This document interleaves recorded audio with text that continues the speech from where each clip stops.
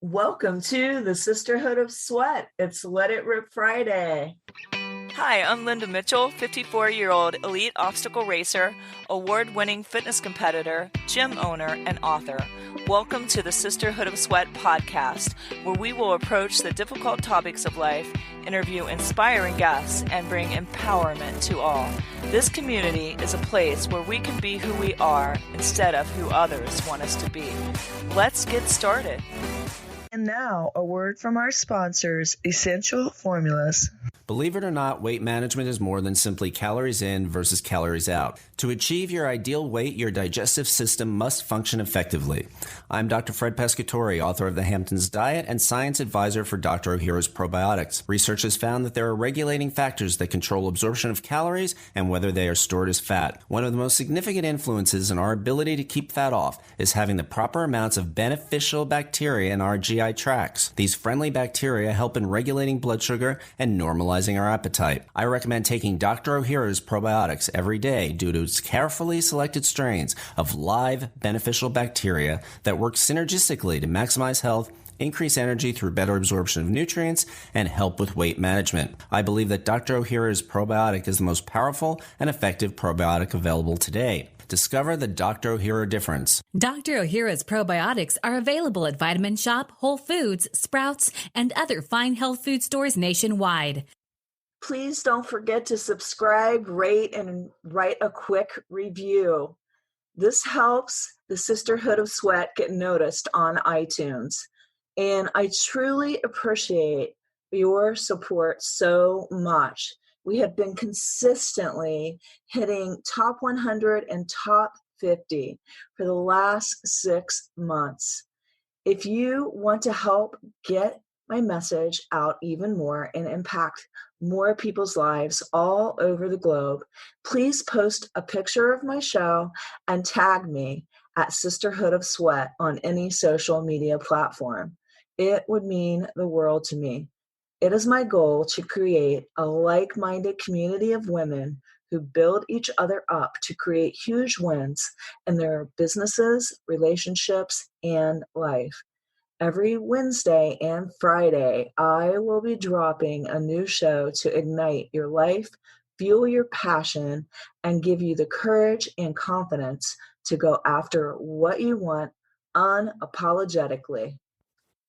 And I'm going to start us off with a quote by Bangambiki Habarunama. His stuff was so good. I'm going to start us off with 2 of his quotes. Once I started reading it, I had a hard time stopping. So much good stuff. The first one, excuses and complaints are signs of a dreamless life.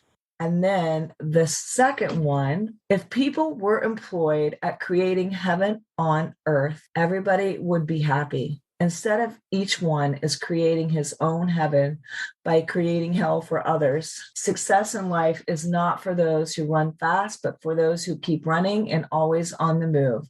Life is a dream. And just going by the first one, really, have you ever met a hater that is doing better than you? I don't think so. It's when you have big ideas, it's really hard sometimes to be around small-minded people or those that maybe they don't have any dreams of their own that they're aware of, and or they're afraid to go after them, or they don't see themselves going after them. So you're going after your dreams is you're in the spotlight and they hate upon you for it. And it isn't because you shouldn't be dumbing it down. You shouldn't dumb down going after your dreams, being your best self, being the best athlete you can be, eating a clean plan, doing all of the great things that make you the best individual you can be. You shouldn't have people hating on you for that, but you definitely find when you're going after your dreams that there are haters in the woodwork. And sometimes you can turn a hater into a raving fan or somebody that gets lit up by watching you go after your dreams, that it gives them permission when they see it that they could do the same thing. Instead, why don't they be inspired by, like I was recently by my friend who won Bikini Universe, or actually, I guess it was Fitness America, the title. And I was so inspired and so proud of her because she really has worked hard, stuck with it, hung in there, and she did the work. And to me, it's inspiring because it shows you that it isn't about your age. It's about your determination and about your work ethic and about never giving in and never quitting. So today's topic really is on complaining.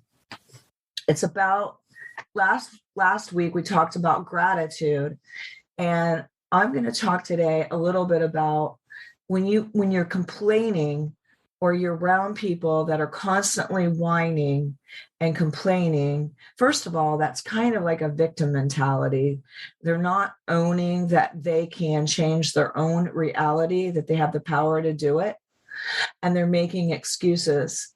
So chronic complaining brings more things to complain about. It's almost an automatic. The more you complain, the more things remain the same. People can get so wrapped up in their negativity that they begin projecting, like maybe they're hating upon themselves, or they're unhappy with themselves, or they are in competition with you, or they feel like you're better.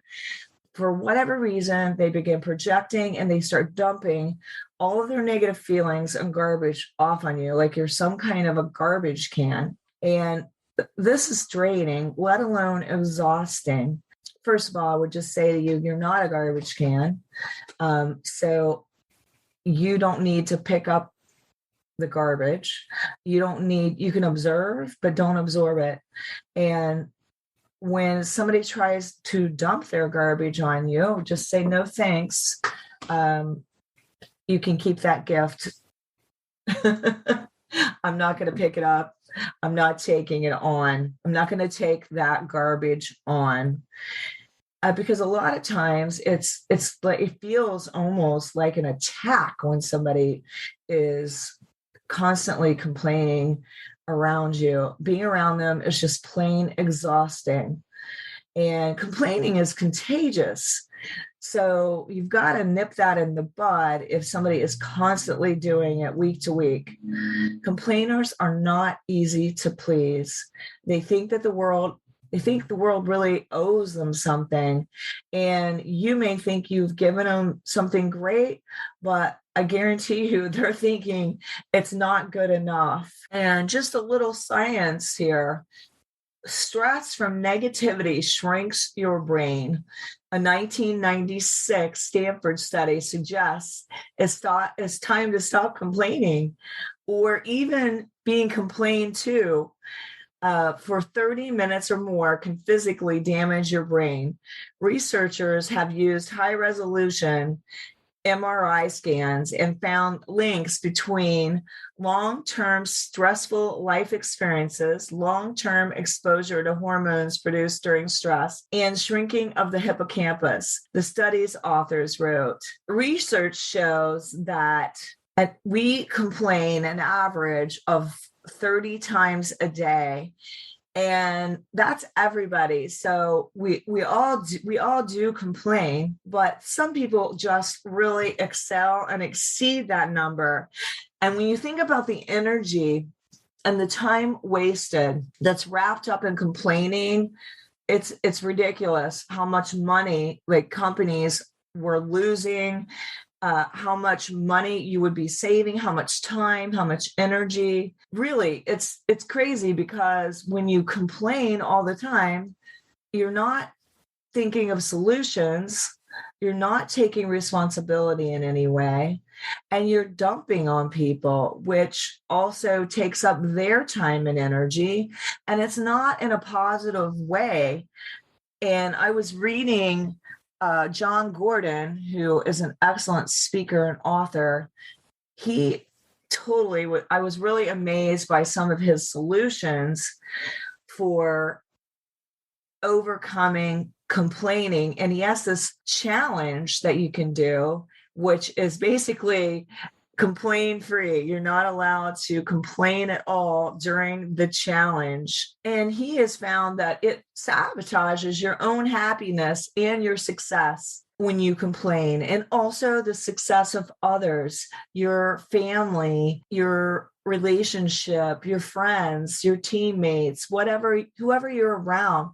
That it's like this habit, and when you complain, you really do feel powerless. You're not taking responsibility and you're not taking ownership. But you're not powerless, and he wants to help people break out of this rut. And so he had 5 things that he briefly, I'll just go over them, but I thought they were great.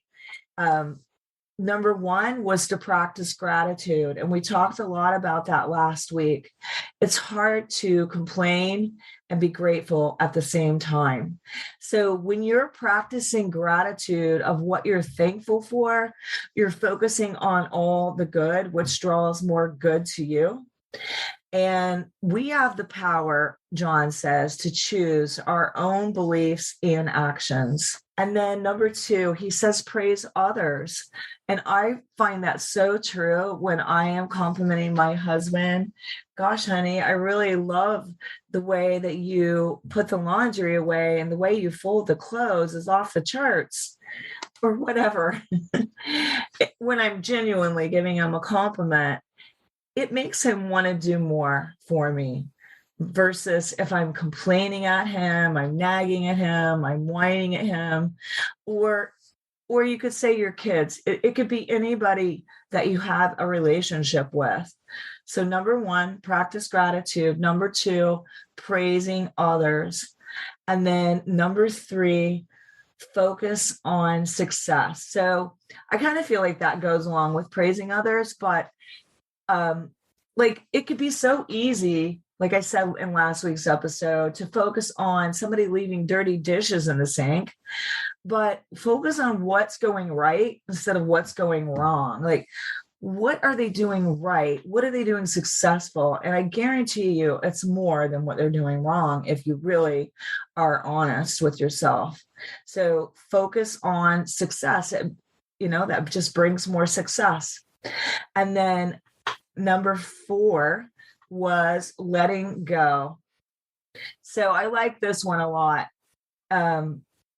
Like my husband always says, I love this. He tells me this, and it's so good for me, is to focus on what you can control, because there's so much out there that you cannot control. And if you waste all your time worrying about it and letting it just eat you up inside, it's such like a waste of time to worry and let it eat you up and have anxiety, because you might as well let it go. Just surrender, let go of what you cannot control. And my favorite, number 5, pray. Scientific research, according to John, shows that daily prayer reduces stress. And that's going to promote your health, your vitality. You're going to have more work output. You're going to live a longer life. And you're going to just be so much happier. You're going to recharge, all of it. So I really love these 5 tips. Number 1 was practice gratitude. Number 2, praise others. Number 3 was focus on success. Number 4, let go. And 5, pray. And that, because we all complain too. It isn't just people that were around that complain. Complaining can be a real issue. And we may think we're positive, or that complaining person that you have at work, they may really think they're positive and not realize how much they're whining and complaining. And I would just say there is a right and a wrong way to complain. Always, if you are going to complain, because I think, we can have valid complaints. So you want to sandwich it with some praise. First of all, again, focus on the success, what the person's doing right, and let them know what it is you'd like to see more of, versus you suck. That coffee sucks. Be a solution maker. And I just don't think attacking someone is the right way to go about it. So again, there's a right and a wrong way to complain. And as a person that may be listening to the complaint, I guess you could say to yourself, is it true? What can I fix? How valid is that? And think of it like, what strategy can I have around this person? Let's say they're just a chronic complainer and that they constantly whine from week to week. Then you have to find a strategy for that versus just continuing, because it's going to be like a dripping faucet after a while. It's going to drive you crazy. They suggest that they did a study that 73% of people would turn down a raise rather than work with somebody that constantly complains and gripes. 11% of people would actually quit their job to get away from it. And that on the average, we work with somebody that complains and gripes. At least we spend time with them for at least 3 to 6 hours per week. And according to the research, negativity or complaining is contagious. So it's really, to me, I just find it's kind of fascinating when you really start diving into it. And I was reading a book that was all about dealing with whiners and complainers. And they said there's 4 types. And one is the whiner.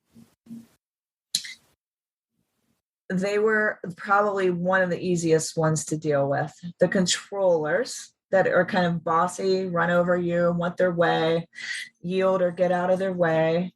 The prima donnas that want attention and they demand it. They'll do anything, even be negative to get the attention. The toxics, which can be even go to a psycho level to get the attention. They said the whiners just want validation and hand-holding. So I just found it was very interesting when you go diving into the topic, all of the information that you start finding out about being around someone that maybe they're constantly making you feel as if what you're doing isn't correct, or it's not enough, or it's unsatisfactory. You're never going to be correct enough, good enough, or satisfactory enough to please them. So in fact, it's a never-ending rabbit hole. So you don't want to go down that. So it's better off to be like, is this valid? Is there a solution? And what is my strategy? And then back to the top, focus on what I can control. I mean, I can let go of things that I don't have control over, or perhaps I have a different opinion about it. And then it's just a difference of opinion. And I would also say, can you agree to listen to whoever the person is complaining? Maybe they're just venting without feeling obligated to solve their problems or offer advice, because many times they don't really want you to fix it. If you pay attention, when you're trying to give them a solution, they're still talking. It's because they just want to validate it. And so all they really want from you is sympathy, empathy, and say like, wow, you really have it hard, or gosh, I'm so glad that I don't have that going on. Wow, how do you do it? They just want validation. They really don't want you to solve or give them a solution. And when you pay attention to, did they take that solution? Did they really want the solution? It tells you a lot. So I'm going to give the resources of some of the books I read. They were so great. And I hope you guys enjoyed this. And I would love to hear your take on this topic. and what your takeaways were. And then last but not least, I'm just going to say, own your own crap, but you don't need anyone else's. So if somebody starts dumping garbage at your feet, be like, no, I've got my own stuff. You can keep that. Thank you very much. And life is way too short to put the key to your happiness in anyone else's pocket. So if you got somebody coming into you and they are moody from week to week, you cannot let yourself go up and down like a yo-yo trying to please them. Really, just think about it. It'd be like putting your own emotions in their hands. And if they're moody from week to week, do you want your emotions to be all over, up and down like a roller coaster? I mean, and that's another thing they said in the book was examine the way you feel after you've been around someone. Do you feel drained? Do you feel attacked? Do you feel made wrong? Do you feel like they're just trying to bring you down? It's all these things. If you're feeling those things around somebody consistently, then they're affecting your energy, and you've got to come up with a strategy. So I hope you guys enjoyed this, and I will talk to you again next week, and I hope everyone has a great weekend. Bye, everybody.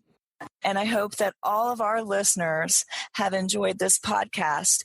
And if you guys have really enjoyed this, please review us in iTunes and also share this episode with your friends and your loved ones. Thanks again for listening to the Sisterhood of Sweat.